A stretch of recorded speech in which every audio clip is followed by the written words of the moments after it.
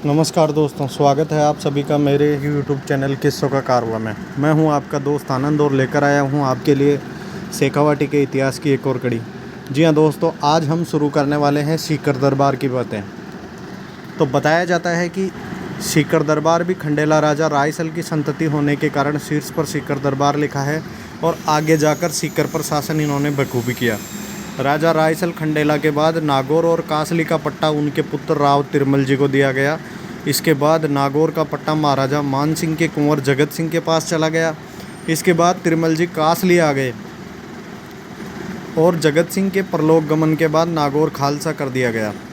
इनके बाद इनके पुत्र गंगाराम जी कासली की गद्दी पर बैठे। जहांगीर ने उनके पास भी दरबार में हाजिर होने का संदेश भेजा, लेकिन अपने पिता की तरह वो भी दिल्ली नहीं गए।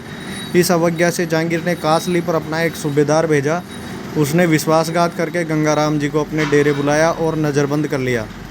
इन सब पर फिर बादशाह का अधिकार हो गया और गंगाराम जी अपने परिवार सहित अमृतसर अपने भाईपे में चले गए। राव गंगाराम जी के कष्ट के दिन रेनवाल में बीत रहे थे। उसी समय गंगाराम जी की एक पासवान दिल्ली चली गई और वहाँ उसका पुत्र पूरणमल किसी तरह बादशाह का कृपापात्र बन गया। हथियार खाने में उसकी ड्यूटी थी।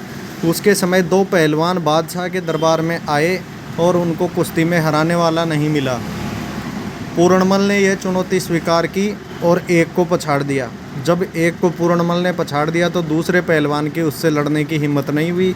इससे बादशाह जहांगीर प्रसन्न हुआ और कासली का पट्टा पूरणमल के नाम लिख दिया। एक दासी पुत्र के राजा बनने से सभी शेखावतों में रोष भर गया, लेकिन कुछ हो नहीं सका।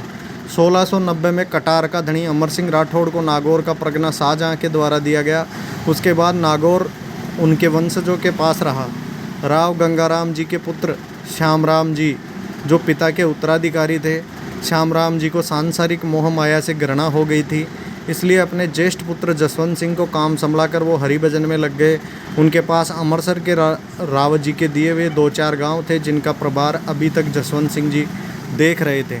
तो दोस्तों, यहाँ से शुरुआत होती है खंडेला के एक और वंशज के नए ठिकाने की, जिसको सीकर कहा गया, जिसे वीरबान का बास जिसका पुराना नाम है वो कहा गया। और बताया जाता है कि जब पूरणमल ने इसके ऊपर कब्जा कर लिया तो इसको कब्जे को छुड़ाने के लिए आगे जा कर के तिरमल जी के वंशज में जसवंत सिंह जी इसके लिए संघर्ष करते हैं। उसकी कड़ी अपन इतिहास के अगले किसी कड़ी में पढ़ेंगे। आज हम शुरू कर रहे हैं सीकर दरबार। जी हाँ दोस्तों, अगर इतिहास के किस्से आपको पसंद आते हैं तो आप मेरे चैनल किस्सों का कारवां को लाइक शेयर सब्सक्राइब अवश्य कीजिए। मैं आपको पंडित झाबरमल शर्मा द्वारा लिखित सीकर का इतिहास से बखूबी किस्से सुनाने वाला हूँ।